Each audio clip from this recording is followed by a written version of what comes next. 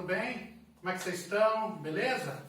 Hoje estou passando aqui no meu canal para falar com vocês hoje sobre verdade. Dentro da matéria de filosofia, o professor Eric, beleza?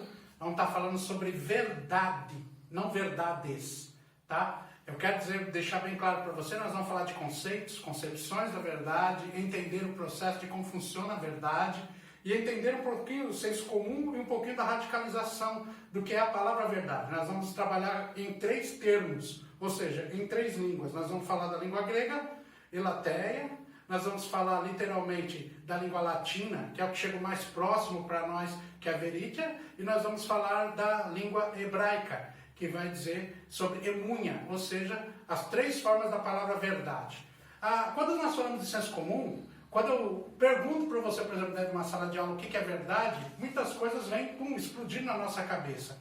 A verdade são concepções daquilo que eu acredito, a verdade pode ser realidades daquilo em que eu estou vendo, a concepção da verdade pode ser situações pelo qual eu estou passando, que isso daí está mexendo comigo, isso daí pode ser concepções de verdade. A verdade, ela se relaciona com cada um totalmente diferente quando ela se relaciona no contexto social. A verdade no contexto social, elas são regras estabelecidas para se poder fazer um controle social realmente determinado por aquilo que se entende como verdade, para que tudo possa acontecer. Só que existe aqui o contexto de verdade, no contexto não de verdade somente absoluta, mas da verdade individual. E cada um tem o seu entendimento, seu conceito e sua forma de entender a verdade. Então, passando por aqui, eu quero, antes de mais nada, dar um exemplo para você sobre as 3 formas de verdade que se estabelece num processo. Por exemplo, na forma grega, a aletheia, ela diz a respeito, por exemplo,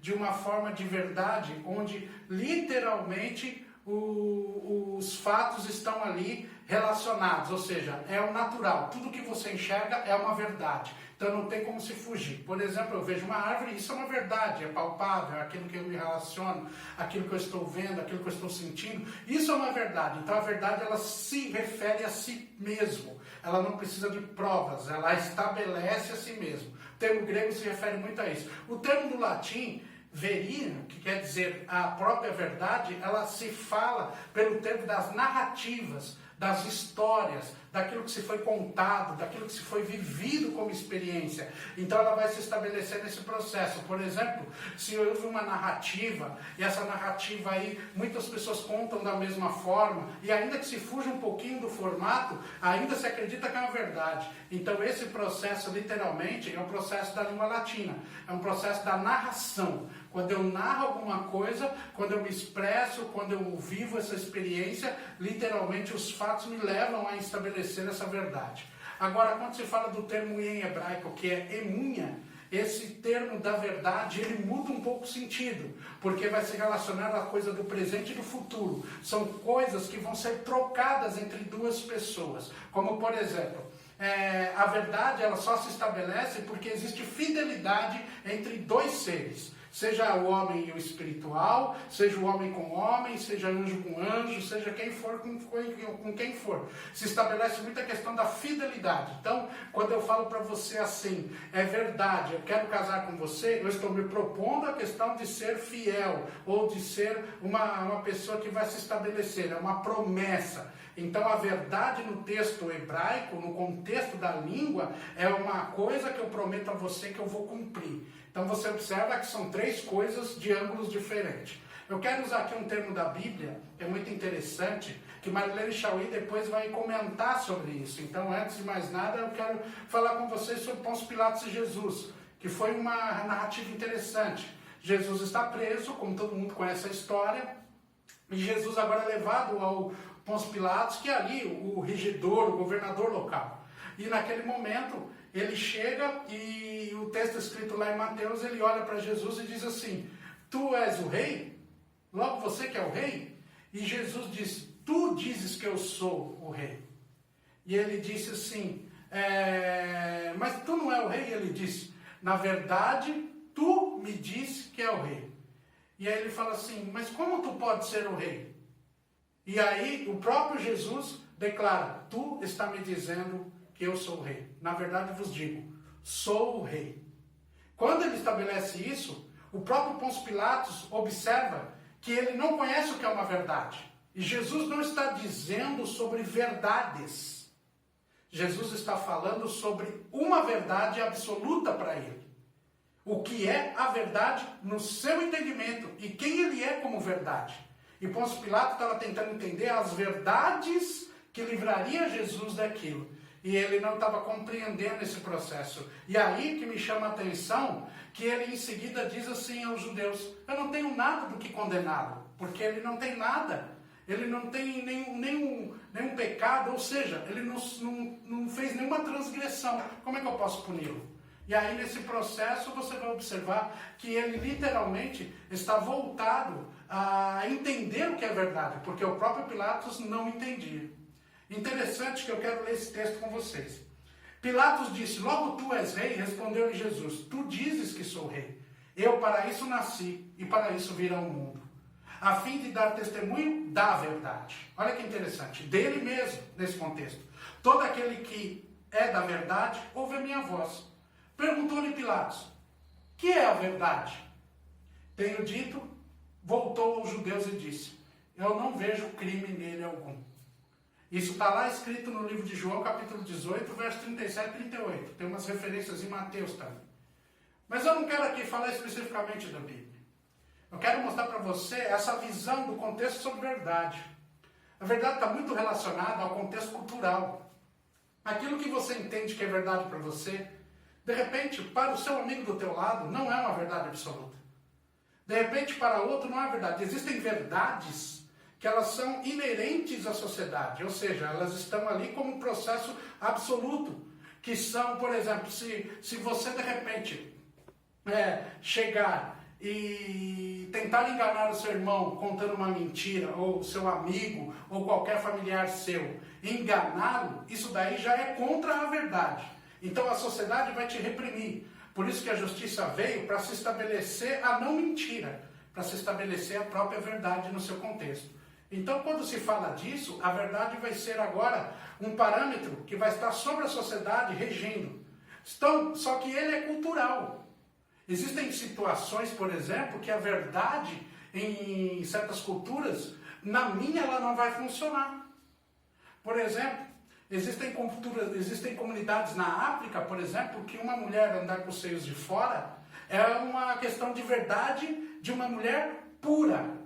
De uma mulher que não se prostitui, de uma mulher que é casada, de uma mulher que tem família, de uma mulher decente, mostrar os seios na rua e andar livremente.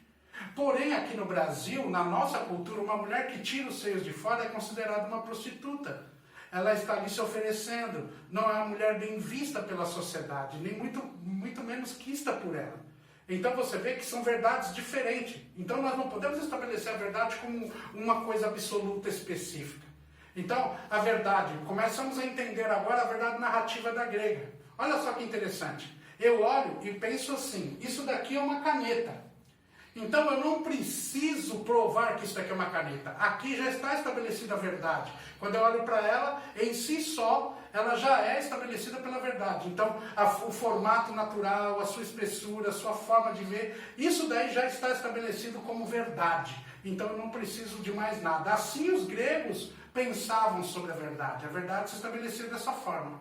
Quando eu olho para a questão, por exemplo, do termo latino, ou seja, do latim, nós olhamos para a Europa e vemos esse processo nascer, principalmente no Oriente Médio, e aí esse termo, vai mudar muito esse termo da verdade. E aí vai começar a mostrar outros contextos. Eu vou ter que narrar essa caneta para que ela se torne uma verdade. Um dia eu encontrei algo de plástico que tinha um certo comprimento, mais ou menos aproximadamente 10 centímetros. De diâmetro ele tinha, por exemplo, meio milímetro. Exemplos que eu estou te dando. E saiu uma tinta preta ou uma tinta azul e tinha uma tampa sobre ele que tampava. E assim eu usei ela para assinar contratos. E assim eu fui estabelecendo uma narrativa. O outro vem, pega a mesma caneta, fala a mesma coisa, só que de uma forma diferente. E ali quem pega essa narrativa e ouve, seja ela da forma oral como da forma escrita, literalmente ele começa a observar que isso daí é uma verdade para ele. Isso daí está estabelecido como verdade. Então isso fica muito claro, que a forma latina de estabelecer a verdade é a forma narrativa. É naquilo que eu acredito. É naquilo que de fato é narrado e contado que eu vou estabelecer como verdade na minha vida. Então, para certas nações, é assim que vai funcionar. Então, você vai ver muito que a arqueologia, ela conta a história do ser humano, conta a história da Terra, conta a história do universo, conta a história de todos nós, através do quê? De fatos. Olha só, as verdades são fatos, são coisas apalpáveis, são coisas que eu pego e digo, ó, isso daqui é um fato que mostra a verdade da época. Beleza, aí é o termo grego. Quando vem o latino, é a história, os historiadores, até nós filósofos, entramos nesse processo porque nós vamos fazer um processo de investigação. E nesse processo de investigação, nós temos vários documentos, que também temos várias situações palpáveis que narram uma história. E aí eu estabeleço isso como verdade. Como, por exemplo, você sabe que quem descobriu o Brasil foi Pedro Álvares Cabral. E a minha pergunta para você, você tem convicção disso? Você estava lá no dia, você viu? Então, por exemplo, o grego, ele tinha que estar lá para entender esse processo de verdade. Já para o latim, ele acredita que a forma narrativa já presta, já serve. Então, hoje, nós entendemos isso. Nós sabemos que ele veio aqui. Porque nós temos os documentos, nós temos as narrativas, nós temos as histórias, seja oral ou seja escrita. Então, está marcado isso. Agora nós vamos para o termo hebraico, que é emunha, que literalmente tem um outro significado. Esse é um significado até mais diferente, e muitos deles é constituído até pelo contexto da religião. Claro que um vai andar sobre o outro, eles vão fazer sincronismo em algum momento, mas quando eu falo da verdade, na questão da língua hebraica, você vai ver o estabelecimento dela muito formado e muito bem formatado. Por exemplo, através da fidelidade e da profecia. Quando alguém promete alguma coisa para alguém, e ali ele vai dizer que vai cumprir. Quando ele fala que ele vai cumprir, ali nasce a verdade. Porque não há desconfiança na palavra da pessoa. Quando ela promete algo, quando ela estabelece algo, ela vai cumprir, porque ela tem o termo de fiel. É isso que diz a palavra verdade no termo hebraico. Fidelidade. Você sabe que aquela pessoa vai cumprir com o que está falando, e é porque aquilo é uma verdade. Então isso vai ser estabelecido, é um unha, isso vai ficar estabelecido para ela. Então, com todo esse contexto, uma coisa interessante. Quando nós falamos, por exemplo, da verdade das situações, que existe um Deus, que existe um ser acima de todos, para alguns povos é uma verdade, para outros é outra verdade. Nem todos os deuses são iguais, e nem todos eles são verdades para todos os povos. Nós sabemos que existem os seus deuses mais supremos, nós temos a mitologia. Então cada um se estabelece como uma verdade. Mas eu quero, antes de terminar essa aula, eu quero fechar com você um detalhe interessante. Como se estabelece a verdade? É simples. Detectando aquilo que não é verdade, ou seja, a mentira. Por exemplo, a mentira é algo falso, é algo que não passa confiança, é algo que é narrado de formas muito diferentes e não se estabelece. Ela não se finda, ela não tem fundamentos. Ela não tem literalmente nada como base. Isso daí é a mentira. A mentira, ela vem sendo construída dentro do processo da filosofia há muito tempo. Muitos estudiosos, muitos pensadores, nós vamos ver Thomas Hobbes, nós vamos ver muitos outros falarem muito a respeito também da mentira necessária, que é a tal da mentira branca, algumas coisas, nós vamos ver alguns falar de muitas situações. Mas uma das coisas que eu quero deixar bem claro para você é que a construção da mentira na sociedade, ela vem por alguma outro tipo de necessidade. Por exemplo, necessidade da vida, necessidade de se estabelecer socialmente, necessidade de ganhar uma guerra, necessidade de ter uma pessoa. A mentira, ela começou a se estabelecer assim no mundo, por necessidades humanas, sem o conhecimento da verdade. Porque pela verdade, de repente, ele não conseguiria se estabelecer. Então, qual que é a concepção da verdade? É identificar primeiramente a mentira. Depois que identifica a mentira, o que resta disso são concepções reais. E nessas concepções reais, a verdade se estabelece. Eu quero te dizer que nem tudo na concepção real é uma verdade. Por exemplo, isso daqui é uma caneta vermelha. Mentira, porque não é uma caneta vermelha, mas não deixa de ser uma verdade, porque é uma caneta. Então são concepções reais. Agora, quando eu falo isso é uma caneta preta, aí eu estou dizendo completamente que isso daqui é uma verdade. Então, fica para o teu entendimento aí, meu querido aluno, beleza? Para você entender um pouco de verdade e um pouco do que é mentira. Claro que é uma aula bem curtinha, é só para você entender as diferenças, tá? Entre as 3 palavras, os 3 formatos, e você aí vai ficar bem estabelecido. Ó, quase que caiu minha verdade aqui. Vai ficar bem estabelecido com tudo isso, beleza? Um abraço a vocês, tá? E um detalhe, quero dizer para você, vai lá no meu canal, tá bom? Eu ainda estou postando alguns vídeos, está nascendo esse canal, tá? Observando a história, e aí você vai se estabelecer lá, você vai entrar no sininho, vai clicar lá, e você vai ver algumas aulas que eu já estou postando, tá bom? Essa é uma das aulas que eu vou postar. Se inscreva no canal, me ajuda aí, tá bom, galera? Um abraço a todos, valeu?